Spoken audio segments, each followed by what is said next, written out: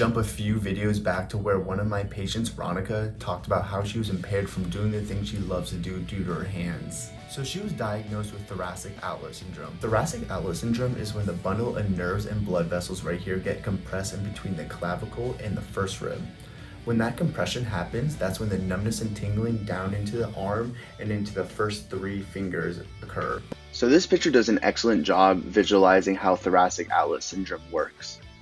So the brachial plexus, any plexus is a bundle of nerve fibers, and brachial means arms. So as you can see, this is a bundle of nerve fibers that innervate the arm.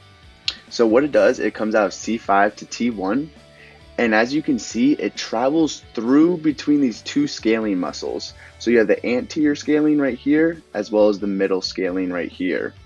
And then it travels underneath your clavicle, in between your first rib, and then underneath your pec minor right here. With Ronica, she had really tight scalenes. Her anterior and middle scalenes were so tight that they were actually coming closer together, compressing on this plexus.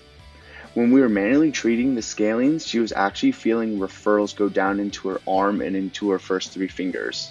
So this was a great indication that the numbness and tingling was actually coming from up here.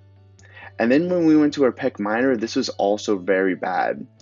Same thing, when I was treating the pec minor, she was feeling that numbness and that referral pattern go down into her arm, into her hand. Another great clue that the reason she was feeling all these and all the weakness was it's actually coming from up here. After manually releasing both scalenes as well as her pec minor, she noted that her numbness and tingling went down 60% and her strength actually improved.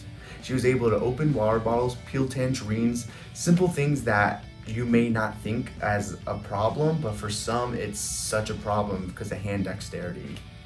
Find yourself a practitioner that knows the structure or the anatomy of the body. You'll find that there are a lot more resolutions rather than surgery and prescriptions. Worst part about all this is she's seen multiple practitioners and not one person has told her about this.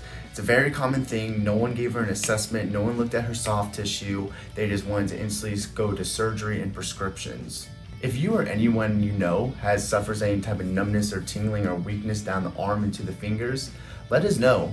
You can always direct message me or visit our website at www.nsscenter.com. Thanks for tuning in.